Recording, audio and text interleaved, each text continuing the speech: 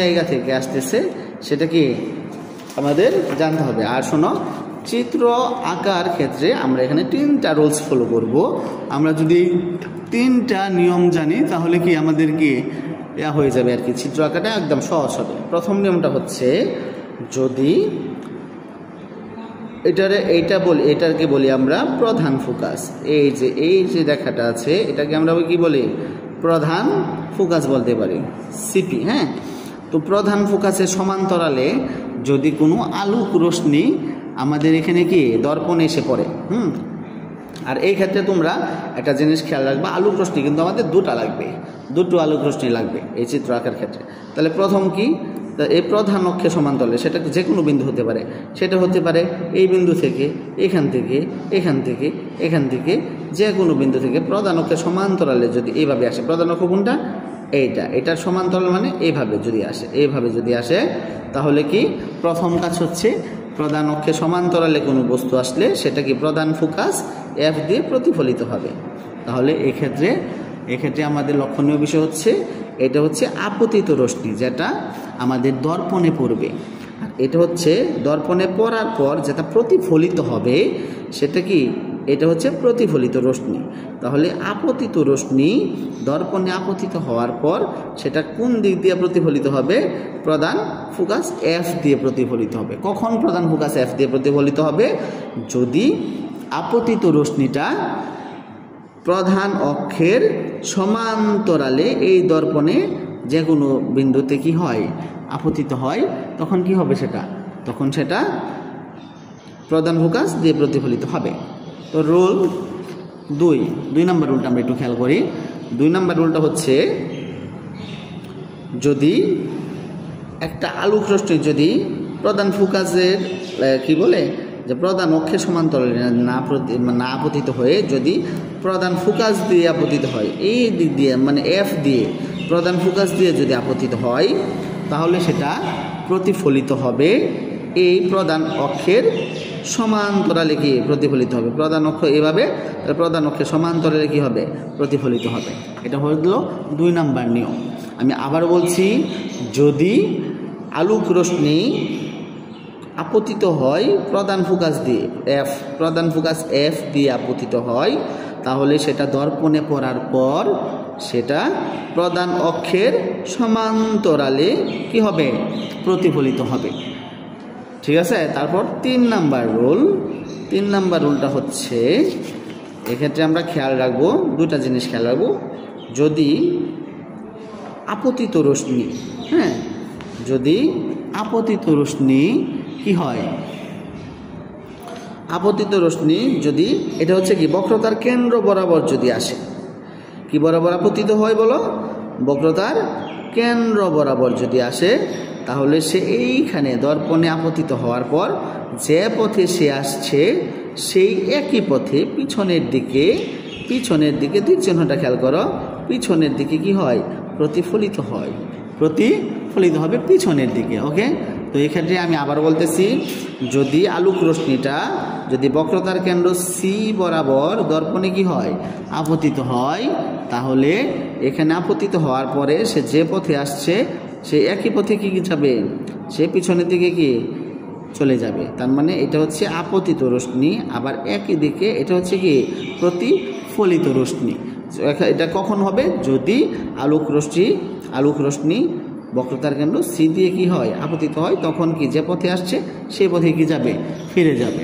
তো এই ক্ষেত্রে দেখি এরকম আরেকটা আছে, যেমন যদি কি হয়, এই বরাবর যদি আপতিত হয় তখন কি হবে বলো তো, কারণ বক্রতার কেন্দ্র বরাবর এই কেন্দ্র বরাবর আপতিত হয়েছে দর্পণে, আপতিত হয়ে এই আপতিত রশ্মি সে একই পথে আবার পিছনের দিকে কি তীর চিহ্নটা খেয়াল করো, আবার কি পিছনের দিকে কি ফিরে আসবে। তার মানে এটা হচ্ছে আপতিত রশ্মি, আবার এটাই হচ্ছে কি রশ্মি, পিছন দিকে চলে আসে, এটা হচ্ছে প্রতিফলিত রশ্মি। এই 3টা নিয়ম যদি আমাদের জানা লাগবে চিত্র আঁকার ক্ষেত্রে, তাহলেই এই অধ্যায়ের 5টা চিত্র আমরা কি বা 6টা চিত্র আমরা খুব সুন্দরভাবে কি কোনো ঝামেলা ছাড়াই এঁকে ফেলতে পারবো। দেখো তাহলে আমি কি চিত্র আঁকার দিকে চাই, চলো। এখন আমাদের হচ্ছে কি, এখানে আমি রুলসগুলো লিখে রাখছি। এখানে আমাদের হচ্ছে কি আমরা যদি লক্ষ্য বস্তুটা কোথায় থাকে বলো, হ্যাঁ লক্ষ্যবস্তু যদি অসীমে থাকে, হ্যাঁ লক্ষ্যবস্তু কোথায় থাকলে বলো, অসীমে থাকলে আমাদের কি বিম্বের অবস্থান মানে যে ইমেজটা তৈরি হবে সেই ইমেজটা কি কোথায় কি হবে। আচ্ছা একটু খেয়াল করো তো, লক্ষ্যবস্তু অসীমে আছে, তার মানে লক্ষ্যবস্তু অসীমে আছে মানে কোন জায়গায় আছে বলো, হ্যাঁ লক্ষ্যবস্তু 1 নাম্বার অবস্থানে আছে। অসীম মানে কত নাম্বার অবস্থান বলো, 1 নাম্বার অবস্থানে আছে, অসীমে থাকবে। আমরা জানি না এখানে এইখানে এখানে এখানে যে কোনো বিন্দুতে থাকতে পারে, 1 নাম্বার অবস্থানে থাকবে। তখন প্রতিবিম্ব কোথায় হবে বলো, হ্যাঁ প্রতিবিম্ব হবে 5 নাম্বার অবস্থানে গঠন হবে। 5 কোথায় বলো তো, হ্যাঁ 5 হচ্ছে এই তো এই যে এই জায়গায় যে 5 F এই জায়গায় গঠন হবে। তাহলে আমরা জানলাম যদি কি লক্ষ্যবস্তু কোথায় থাকে বলো, লক্ষ্যবস্তু যদি অসীমে থাকে, হ্যাঁ তখন কি একে আছে, হ্যাঁ অসীমে আছে মানে কি 1 নাম্বার অবস্থানে আছে। তাহলে কি প্রতিবিম্বের অবস্থান কোথায় হবে বলো, প্রতিবিম্ব অবস্থান হবে 5 নাম্বারে। তার মানে 1 আর 5 যোগ করলে কত হবে, যোগফল বলো, হ্যাঁ 6 হবে। এখন আমরা দেখি তাহলে 5 কোথায়, এই যে F। তাহলে আমরা আগে থেকেই জানি যে কি অসীমে থাকলে তাহলে প্রতিবিম্ব ইমেজটা তৈরি হবে কোথায় বলো, 5-এ। 5 কোথায়, এই যে 5-এর সোজা কি এই নিচে তৈরি হবে, তাই না? তাহলে চলো দেখো চিত্রটা আমরা আঁকি। হ্যাঁ তাহলে কি হলো, এটা হচ্ছে প্রধান অক্ষ, এটা হচ্ছে কি প্রধান অক্ষ আমরা অঙ্কন করলাম। আর প্রধান অক্ষের হচ্ছে যে পি হচ্ছে কি মেরু, তারপরে এফ হচ্ছে কি প্রধান ফোকাস, আর সি হচ্ছে কি বক্রতার কেন্দ্র। তাহলে আলোক রশ্মিটা কোথায় আসছে বলো, আমরা তো জানি কোথায় তৈরি হবে বলো, আমরা তো জানি যে 5-এ তৈরি হবে। তাহলে 5 কোথায়, এই যে এটা। তাহলে এর নিচে এই সোজাসুজি আমরা এখানে কি একটা লম্ব রেখা টেনে রাখবো, এই সোজাসুজি আমরা কি এখানে একটা কি রেখা টেনে রাখবো, লম্ব রেখা টেনে রাখবো, আর এখানে একটা তীর চিহ্ন দিয়ে দেবো, হ্যাঁ লম্ব রেখা টেনে। আচ্ছা চলো তাহলে আমাদের কি হলো বলো, তাহলে আমরা অসীম থেকে আনবো, মানে আমরা জানি না যে কোন বিন্দুতে আছে। তাহলে এখন দর্পণটায় যদি আমরা অসীম থেকে এখানে একটা আলোক রশ্মি আসলো, আমরা আগে বলেছি যে এখানে প্রতিবিম্ব গঠন হতে হলে আলোক রশ্মি লাগবে কয়টা, 2টা আলোক রশ্মি লাগবে আমাদের, কয়টা, 2টা আলোক রশ্মি লাগবে। তাহলে একটা আলোক রশ্মি এখানে এনে আমরা কি করলাম বলো, এখানে এনে কোথায় দিয়ে দিলাম বলো, এইখান দিয়ে দিব। আমরা তো জানি যে কোথায় গঠন হবে, তাহলে এই জায়গা দিয়ে আমরা কি রশ্মিটা আলোক রশ্মির কি প্রতিফলিত হয়ে যাবে, কি প্রতিফলিত, তাহলে আমরা তীর চিহ্ন দিবা, এই দিক দিয়ে আসছে আপতিত হয়েছে, আপতিত হয়ে কি এই দিক দিয়ে কি হয়েছে বলো, প্রতিফলিত হয়েছে। ওকে, তারপর দেখো আরেকটা যেহেতু আমাদের আলোক রশ্মি লাগবে, তাহলে কি আরেকটা আলোক রশ্মি আমরা কি এই বরাবর দিব, হ্যাঁ এখান থেকে আসছে আলোক রশ্মিটা, এইখান থেকে আসছে, দর্পণে আপতিত হয়েছে। ওকে, দর্পণে আপতিত কোথায় যাবে বলো, এই যে এই বরাবর যাবে, তো আমরা জানি যে এই বরাবর যাবে, এই তো। তাহলে এই বরাবর আমরা কি বলবো, এই যে এখানে চলে আসছে, তাহলে আমরা দেখলাম তীর চিহ্ন দেব। ঠিক আছে, আমরা দেখলাম দর্পণের এই বিন্দুতে একটা আপতিত হয়ে এই দিক দিয়ে চলে গেছে, আবার দর্পণের এই বিন্দুতে একটা আপতিত হয়ে এই দিক দিয়ে চলে গেছে। তার মানে দেখো 2টা প্রতিফলিত রশ্মি, কয়টা হচ্ছে আমাদের প্রতিফলিত রশ্মি হচ্ছে 2টা। একটা হচ্ছে প্রথম প্রতিফলিত রশ্মি হচ্ছে এটা, দ্বিতীয় প্রতিফলিত রশ্মি হচ্ছে কি এটা। 2টা রশ্মি একটা বিন্দুতে কি করছে বলো, ছেদ করছে। ওকে, এই যে ছেদ করলো এটাই হচ্ছে আমাদের ইমেজ, এইখানে তৈরি হবে, যে জায়গার মধ্যে প্রতিফলিত রশ্মি 2টা ছেদ করবে আমাদের ইমেজটা কোথায় তৈরি হবে, এইখানে তৈরি হবে। যেহেতু এটা অসীম থেকে আসছে, তাহলে এখানে আমরা কি করে দেব, যে কোথায় থেকে আসছে, আরও দূর থেকে তো চলে আসতে পারতো, তাই না? এখানে আমরা আইডেন্টিফাই মানে করে নেব যে কী হচ্ছে, সেটা অসীম থেকে আসছে, এই জন্য আমরা কি দিয়ে দেবো, এখানে ডট চিহ্ন ব্যবহার করব। ঠিক আছে, তাহলে খেয়াল করো অসীমে ছিল আমাদের লক্ষ্যবস্তু, 1-এ ছিল, প্রতিবিম্ব গঠন হয়েছে কোথায়, 5-এ। ঠিক আছে, 5-এ দেখো প্রতিবিম্ব গঠন হয়েছে। তাহলে এখন আমরা কি দেখবো বলো, এখন কি হলো বলো, এখন হচ্ছে আমাদের প্রতিবিম্বের অবস্থান। প্রতিবিম্বের অবস্থান কোথায় ছিল বলো তো, প্রতিবিম্বের অবস্থানটা ছিল এখানে কি দর্পণের সামনে হয়েছে না পিছনের দিকে হয়েছে বলো তো, হ্যাঁ দর্পণের কোথায় হয়েছে, সামনের দিকে হয়েছে। তাহলে আমরা প্রতিবিম্বের অবস্থান কি লিখবো বলো, প্রতিবিম্বের অবস্থান লিখবো দর্পণের কি দিকে বলো, দর্পণের কি সামনের কি দিকে। ওকে, আচ্ছা তারপরে এখানে আসো প্রতিবিম্বের প্রকৃতিটা কি আসলে, এই যে আমি খেয়াল করো তোমাদের প্রথমেই কিন্তু আমি দিয়ে দিয়েছিলাম প্রকৃতি সম্পর্কে। প্রকৃতি কি বলো, এই ক্ষেত্রে আমাদের এই যে হ্যাঁ এই যে এইখান থেকে আমরা কি প্রকৃতি সম্পর্কে জানবো। কেমন প্রকৃতি সম্পর্কে কেমন জানবো, দেখো তো যদি এটা প্রধান অক্ষ, প্রধান অক্ষের উপরের দিকে হয় তাহলে কি হচ্ছে তোমার সোজা, নিচের দিকে হলে কি বাস্তব। আর সামনের দর্পণের সামনের দিকে যদি ইমেজটা তৈরি হয় সেটাকে বলবো বাস্তব, আর পিছনের দিকে ইমেজটা তৈরি হলে মানে এই পাশে যদি হয় সেটাকে বলবো কি অবাস্তব। আমি আবারও বলতেছি, যদি কি দর্পণের কি হয় সামনে হয় তাহলে কি সেটা বাস্তব, আর পিছনে হলে কি সেটা অবাস্তব। আর যদি এই প্রধান অক্ষের উপরের দিকে হয় তাহলে প্রতিবিম্ব হচ্ছে কি সোজা, আর যদি কি হয় বলো প্রধান অক্ষের নিচের দিকে হয় মানে এই পাশে হয়, এই প্রধান অক্ষের নিচে হয় তাহলে সেটা হচ্ছে কি উল্টো। তাহলে আমাদের যে ইমেজটা তৈরি হয়েছে এখানে এটা কোথায় হয়েছে বলো তো সামনে, দর্পণের সামনে, তার মানে বাস্তব। আর কি হচ্ছে বলো এইটা কি প্রধান অক্ষের কি এই যে সামনে হয়েছে দর্পণে তার মানে বাস্তব। তাহলে এখানে প্রতিবিম্বের প্রকৃতি হচ্ছে বাস্তব, আর নিচে হয়েছে দিকে কি উল্টা না সোজা বলো তো, নিচের দিকে কি হয় বলো, নিচের দিকে হয় কি বলো, নিচের দিকে উল্টো। ওকে, তো আমরা কি লিখবো তাহলে বলো, তাহলে আমরা লিখবো কি প্রতিবিম্বের প্রকৃতি বাস্তব কি উল্টো, বাস্তব কি উল্টো। এখন আকার সম্পর্কেতে আসি। আকারটা হচ্ছে আমরা যেরকম লক্ষ্যবস্তুটা নিব, আমরা যেরকম কি লক্ষ্যবস্তুটা নিব, এই লক্ষ্যবস্তুটা থেকে যদি ধরো আমরা এমন বড় একটা লক্ষ্যবস্তু নিলাম, আমরা প্রতিবিম্ব পাইলাম এমন, মানে কি এটা বড় এটা কি হচ্ছে ছোট, বা প্রতিবিম্ব পাইলাম আমরা কি এমন, তাহলে এটা কি হচ্ছে ছোট।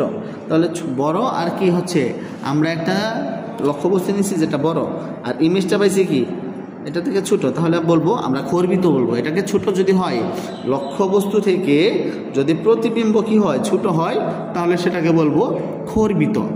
আর যদি লক্ষ্যবস্তু এটা হয় তার থেকে যদি আমরা প্রতিবিম্ব মানে যে ইমেজটা তৈরি হয়েছে সেটা যদি বড় হয় তাহলে সেটাকে বলবো বিবর্ধিত। কি বলবো বিবর্ধিত। হ্যাঁ, তাহলে এটা একটু খেয়াল করি আমরা।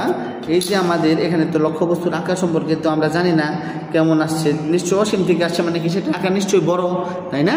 হ্যাঁ, লক্ষ্যবস্তুর আকার কি অসীম থেকে আসলে কি হবে বড়, কেমন বড় ছিল কোন জায়গা থেকে আসছে এটা আমরা জানি না যে কেমন বড় ছিল, কিন্তু এইখানে গঠন হয়েছে, তার মানে এটা কি এটার আকার আছে এখান থেকে এখান পর্যন্ত। তাহলে একটা আকারহীন বস্তু যে একটা কি পেলাম আমরা বলো আকার পেলাম, তাই না? তাহলে সেটা হচ্ছে কি নিশ্চয়ই লক্ষ্যবস্তু থেকে কি এই ক্ষেত্রে কি প্রতিবিম্বের অবস্থান হচ্ছে কি আকারটা হচ্ছে কি ছোট হবে, ঠিক আছে? যেহেতু লক্ষ্যবস্তু অসীমে ছিল সেহেতু কি তার আকারটা নিশ্চয়ই কি বড়, আর যেহেতু এখানে কি আমরা দেখতে পাচ্ছি এইরকম হবে তার মানে কি এটা আকার কি হবে ছোট হবে। হ্যাঁ, তাহলে আমরা কি লিখবো এখানে আকার কি খর্বিত লিখবো না? তাহলে প্রতিবিম্বের আকারটা কি হবে বলো, আগেরটা যেরকম ছিল লক্ষ্যবস্তু থেকে কি পাবো ছোট পাবো, তার মানে কি খর্বিত। আর যদি বড় হইতো তাহলে কি লিখতাম আমরা বলো, আমরা লিখতাম বিবর্ধিত। হ্যাঁ, আশা করি তোমরা কি বুঝতে পারছো। এক্ষেত্রে তোমরা একটু খেয়াল রাখবা, এক্ষেত্রে যে আমাদের রুল 1, 2, 3 এক্ষেত্রে আমরা কি অসীমের ক্ষেত্রে এই রুলগুলো আমরা কি করবো না, অ্যাপ্লাই করবো না। এক্ষেত্রে এই রুলগুলার কোনো কি নাই, রুলসগুলার কোনো কি নাই, প্রয়োজন নেই। এখন আমরা 2 নাম্বারটা দেখবো, দ্বিতীয় চিত্র দেখবো। দ্বিতীয় চিত্রটা কি হচ্ছে বলো, দ্বিতীয় চিত্রটা হচ্ছে লক্ষ্যবস্তু কোথায় থাকবে অসীম, আর বক্রতার কেন্দ্রের কি থাকবে বলো মাঝে থাকবে। তার মানে এই যে লক্ষ্যবস্তুটা এখানে আছে, হ্যাঁ আমরা যদি এখানে অঙ্কন করি, এটা হচ্ছে পি, এটা হচ্ছে কি এফ, এটা হচ্ছে কি বলো সি। এই যে দেখো এটা হচ্ছে সি মানে বক্রতার কেন্দ্র, আর অসীম বলতে কি তার সামনে, ঠিক আছে? তার মানে কি এখানে তোমার যদি এই পজিশনে রাখি 2 নাম্বার পজিশনে রাখি, কয় নাম্বার পজিশন 2 নাম্বার পজিশনে রাখি, তার মানে এখানে লেখা আছে লক্ষ্যবস্তু অসীম আর কি বক্রতার কেন্দ্রের কি থাকবে মাঝে থাকবে। আমরা কোনো বিন্দুতে ফেলতে পারছি, সি হচ্ছে বক্রতার কেন্দ্র, তার সামনে কোনো বিন্দুতে কি পারছি ফেলতে পারছি। আগেরটা কিন্তু কোনো বিন্দুতে কি আমরা কি করতে পারি নাই, ফেলতে পারি নাই। কিন্তু এই যে কোথায় থেকে আসছে এটা কোনো নির্দিষ্ট কোনো কিছু কি ছিল না, তাই না? তাহলে এটা হচ্ছে কি এগুলো হচ্ছে কি অসীম, তাই না? আর এটা হচ্ছে কি এই আমরা কোনো বিন্দুতে ফেলতে পারছি, তার মানে বক্রতার কেন্দ্রে আর কি অসীম মানে সামনে, হ্যাঁ অসীম এগুলার মাঝে থাকলে ওকে, তখন আমার ইমেজটা কি কোথায় তৈরি হবে, আমার ইমেজটা কি আমরা যে চিত্রটা অঙ্কন করব ইমেজটা কখন কোথায় তৈরি হবে আমরা জানি সির সামনে, মানে ঠিক সির সামনে এদিকে অবস্থান হচ্ছে 2, প্রতিবিম্বের অবস্থান হচ্ছে কত 2। হ্যাঁ, এই যে দেখো সির সামনে অবস্থান কত 2, তাহলে যেহেতু লক্ষ্যবস্তু যেহেতু 2 নাম্বার অবস্থানে আছে তাহলে প্রতিবিম্ব কয় নাম্বার অবস্থানে থাকবে বলো প্রতিবিম্ব থাকবে হ্যাঁ 4 নাম্বার অবস্থানে। কারণ এই যে লক্ষ্যবস্তু যদি 2 নাম্বার অবস্থানে থাকে তাহলে যে প্রতিবিম্ব আর লক্ষ্যবস্তু আর প্রতিবিম্ব যোগফল 6 হতে হলে কত লাগবে বলো? 4 লাগবে, তাই না? কত লাগবে? 4 লাগবে, তাই তো? তার মানে এক্ষেত্রে আমরা কি দেখতে পেলাম বলো? লক্ষ্যবস্তুটা 2 অবস্থানে থাকলে প্রতিবিম্ব কত হবে? 4 অবস্থানে হবে। তার মানে আমরা এই যে লক্ষ্যবস্তুটা কয় নাম্বার অবস্থানে রাখলাম? 2 নাম্বার অবস্থানে রাখলাম। প্রতিবিম্বটা কোথায় অবস্থান হবে? 4 নাম্বারে। 4 নাম্বার বলতে কোনটা বলো তো? এই যে সি, হ্যাঁ সি আর এফ এর মাঝে হবে। এখানে এখানে এখানে এদের ভিতরে কি লক্ষ্যবস্তুর কি হবে? সরি, প্রতিবিম্বের কি হবে? অবস্থান হবে। তাহলে চলো আমরা এখানে রুলসগুলো ফলো করি। ফার্স্ট রুলস, প্রথম রুল কি বলো তো? প্রথম রুলটা হচ্ছে আমাদের কি রুল 1, তাই না? কি হবে? আমরা এটা যেহেতু এই যে দর্পণের সোজা, হ্যাঁ প্রধান অক্ষের দেখো, সরি প্রধান অক্ষের কি সোজা দর্পণে কি হবে? আপতিত হয়ে কোথায় দিয়ে যাবে বলো? প্রধান ফোকাস এফ দিয়ে যাবে। তাহলে এই যে লক্ষ্যবস্তু, এই লক্ষ্যবস্তুর শীর্ষবিন্দু, এটা হচ্ছে লক্ষ্যবস্তু। আমরা লক্ষ্যবস্তুটা আইডেন্টিফাই করি, হ্যাঁ এটা হচ্ছে মনে করো এ আর এটা দিলাম কি বি, হ্যাঁ তাহলে এই যে লক্ষ্যবস্তুটা আছে এই লক্ষ্যবস্তুর এবি হচ্ছে কি একটা লক্ষ্যবস্তু আর শীর্ষবিন্দু আছে। এই শীর্ষবিন্দু থেকে আমরা প্রধান অক্ষের সমান্তরালে কি একটা আলোক রশ্মি ফেলবো। এই যে প্রধান অক্ষের কি সমান্তরালে আমরা দর্পণে কি একটা আলোক রশ্মি ফেলবো। এখানে তীর চিহ্ন অবশ্যই ব্যবহার করতে হবে যে কোন দিকে গেল। তাহলে এই যে প্রধান অক্ষ, এই যে ক্রিয়া অক্ষ আছে প্রধান অক্ষ, এই প্রধান অক্ষের কি সমান্তরালে আমরা কি একটা আলোক রশ্মি ফেলছি। তাহলে এটা কোন নাম্বার রুলসটা? হ্যাঁ এখানে 1 নাম্বার রুলসটা এখানে ফলো করছে। হ্যাঁ 1 নাম্বার রুলসটা এখানে আসছে। কি রুলস? এই যে প্রধান অক্ষ সমান্তরালে আলোক রশ্মি ফেললে কোথায় যাবে? প্রতিফলিত হয়ে কোথায় যাবে বলো? হ্যাঁ প্রধান ফোকাস এফ দিয়ে যাবে, তাই না? তাহলে এই যে প্রধান ফোকাসটা কোথায়? এই যে প্রধান ফোকাসটা আসছিলাম, তাহলে কি প্রধান ফোকাস যেখান থেকে গিয়ে আমি করবো বলো? যে এফ দিয়ে কি করলাম আমরা? কথা বুঝছো না? বুঝছো না? হ্যাঁ তাহলে আমরা এফ দিয়ে কী করলাম? এই যে তীর চিহ্ন দিয়ে দিবা যে আমরা এখানে করে এই দিক দিয়ে চলে আসছে। হ্যাঁ এটা হচ্ছে কি তীর চিহ্নটা ইউজ করবো অবশ্যই যে এখান থেকে কি এদিকে চলে আসছে। হ্যাঁ কোথায় দিয়ে আসলো বলো? প্রধান ফোকাস এফ দিয়ে যাবে। তো 2 নাম্বার রুল হচ্ছে আমার কি বলো? যদি আমরা আবার কি প্রধান ফোকাস এফ দিয়ে নেওয়া সম্ভব কিনা আলোক রশ্মি? হ্যাঁ তাহলে আমরা যদি খেয়াল করো যে আলোক রশ্মিটারে যদি আমরা এই যে এখান থেকে 2টা আলোক, আমি বলছিলাম আগে 2টা আলোক রশ্মি লাগবে এই ক্ষেত্রে। হ্যাঁ তো দ্বিতীয় আলোক রশ্মিটা যদি আমরা প্রধান ফোকাস এফ দিয়ে দেই তাহলে সে কি এই যে দেখো এই যে এফ দিয়ে দেই, সম্ভব হয় কিনা বলো? প্রধান ফোকাস কি দিয়ে দেই? এফ দিয়ে দেই, তখন কি হবে বলো? এফ দিয়ে দিলে কোন দিকে আসবে? হ্যাঁ প্রধান অক্ষের সমান্তরালে, মানে কোন দিকে আসবে? এইভাবে আসবে, না আসবে না? কথা বুঝছো? হ্যাঁ আশা করি বুঝতে পারছো। যদি আমরা কোন দিক দিয়ে দিই বলো? এটা যদি আমরা প্রধান ফোকাস এফ দিয়ে দেই তাহলে কোন দিক থেকে আসবে? এটা প্রধান অক্ষের সমান্তরালে কি হবে বলো? প্রতিফলিত হবে, তাই না? তাই তো? হ্যাঁ মানে আমাদের আরেকটা অপশান আছে। আরেকটা অপশান কি? আরেকটা অপশান হচ্ছে রুল 3 নাম্বার রুলস। তার 3 নাম্বার রুলস কি কাজে লাগবে না? হ্যাঁ লাগবে। 3 নাম্বার রুলস কি? যদি কোন দিক দিয়ে যাওয়া সম্ভব হয়, যদি সি দিয়ে যাওয়া সম্ভব হয়, দেখো তো এটা সি দিয়ে যাওয়া সম্ভব হয়েছে কি না? এটা হয় না এটা হয় বলো তো? এখানে 3 নাম্বার হচ্ছে 2টা সূত্র। এটা হচ্ছে কি নিচের দিকে যাবে, এটা কোন দিকে যাবে? উপর দিকে যাবে। তো এই ক্ষেত্রে যদি আমরা ইউজ করি কোন দিকে যাবে? এদিকে তো উপরের দিকে গেলে তো আর হবে না। কথা বুঝছো? যে আমরা কি যে উপরের দিকে যদি দেই তাহলে এই পথে দিলে এই পথেই চলে আসবে। তো এখানে তো আর সি নাই, সি কোথায় আছে বলো? সি আছে সামনে। তাহলে কি সি দিয়ে দেওয়া যায় কিনা?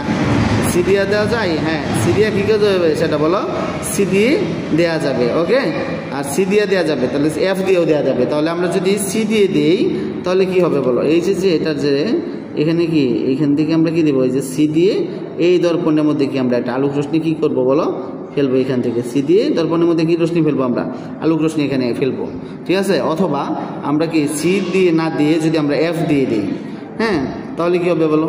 এই যে এইখান থেকে কি এই যে এফ দিয়ে যাবে, এফ দিয়ে যাওয়ার পর কী হবে বলো? এই যে এই সূচা এইখানে যে পড়লো, তাহলে এই সূচা কী হবে? দর্পণ থেকে কী হবে বলো? এখানে কি হবে? আপতিত হবে। এই দিক দিয়ে আপতিত, এই দিক দিয়ে প্রতিফলিত হবে। তাহলে আমরা যে কোনো একটা ইউজ করি। হ্যাঁ এক্ষেত্রে যদি আমি রুলস 2 ইউজ করতে পারো, রুলস কত? রুল 2 আর রুল 3 তোমরা ইউজ করতে পারো। আমি এক্ষেত্রে যদি 2টা ইউজ করে দেখাই তোমাদের। রুল 2 হচ্ছে কি বলো তো? রুল 2 হচ্ছে কি এফ দিয়ে যদি সম্ভব হয় এফ দিয়ে নিয়ে কি প্রধান অক্ষের সমান্তরালে কি এভাবে কি করবা বলো? প্রতিফলিত করবা, তাই তো? তাহলে আমরা দেখো রুল 2টা আমরা কি ফলো করি, তোমরা বাসায় 2ও ফলো করবা 3ও করবা। হ্যাঁ আর যদি না জানো তাহলে আমাকে জানাবা। তো এই ক্ষেত্রে দেখো, এই ক্ষেত্রে আরেকটা আলোক রশ্মি এখান থেকে প্রধান ফোকাস কি দিয়ে যাবে বলো, এফ দিয়ে যাবে। হ্যাঁ, প্রধান ফোকাস এফ দিয়ে যাবে, এই হ্যাঁ, এই যে আলোক রশ্মিটা প্রধান ফোকাস কি এফ দিয়ে দর্পণে আপতিত হলো এই বিন্দুতে। এই ক্ষেত্রে আমার কি দিতে হবে, হ্যাঁ অবশ্যই তীর চিহ্ন দিয়ে দেখাই দিতে হবে। তারপর এখানে পরে কি হবে বলো তো, এই যে রুল, যে 2 নাম্বার রুলটা আছে কি হবে এখানে পরে এইভাবে প্রধান অক্ষের সমান্তরালে কি হবে, প্রতিফলিত হবে। তার মানে প্রধান অক্ষের সমান্তরালে প্রতিফলিত করি।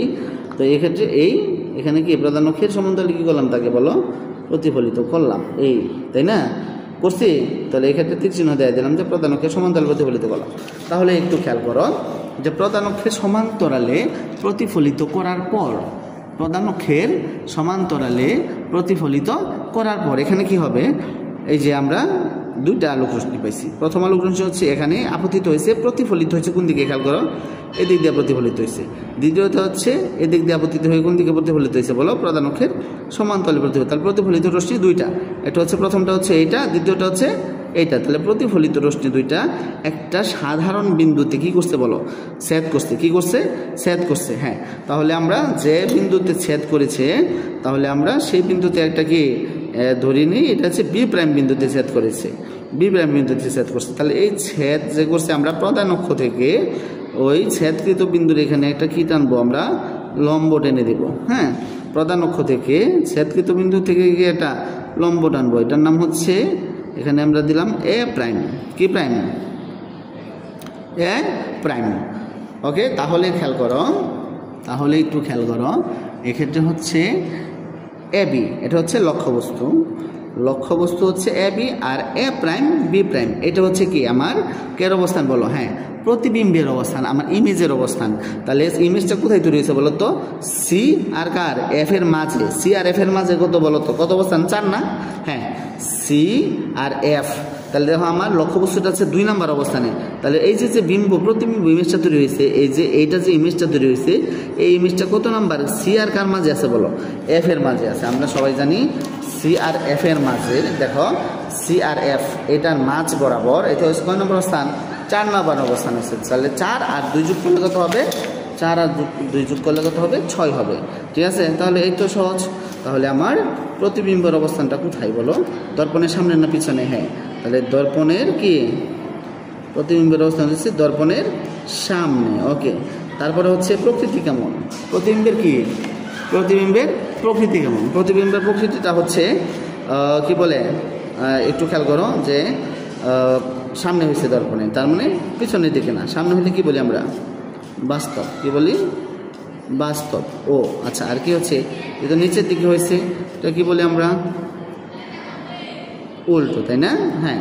আর আকৃতি দেখো তো, একটু খেয়াল করো তো, এটা যেরকম বড় ছিল লক্ষ্যবস্তু, আমার ইমেজটা কি কি ঠিক সেরকম বড় পাইছি না কম ছোট পাইছি বলো তো, হ্যাঁ ইমেজটা আমরা কি যতটুকু বড় ছিল দেখতেই দেখা যাইতেছে কি এটা কি ছোট। তার মানে প্রতিবিম্বের যে আমার কি যে আকৃতিটা হলো সেটা কি লক্ষ্যবস্তু থেকে ছোট, মানে কি লিখবো বলো, আকারে কি বলো, সেটা হচ্ছে খর্বিত, তাই না। আচ্ছা, তো আশা করি আমি আজকে যতটুকু আলোচনা করলাম তোমরা কি আলোচনাটুকু বুঝতে পেরেছো। হ্যাঁ, আমরা পরবর্তীতে বাকি যে চিত্রগুলো আছে এটা পরবর্তী ভিডিওতে ক্লিয়ার করবো ইনশাল্লাহ। সে পর্যন্ত সবাই ভালো থাকো, সুস্থ থাকো, আল্লাহ হাফেজ।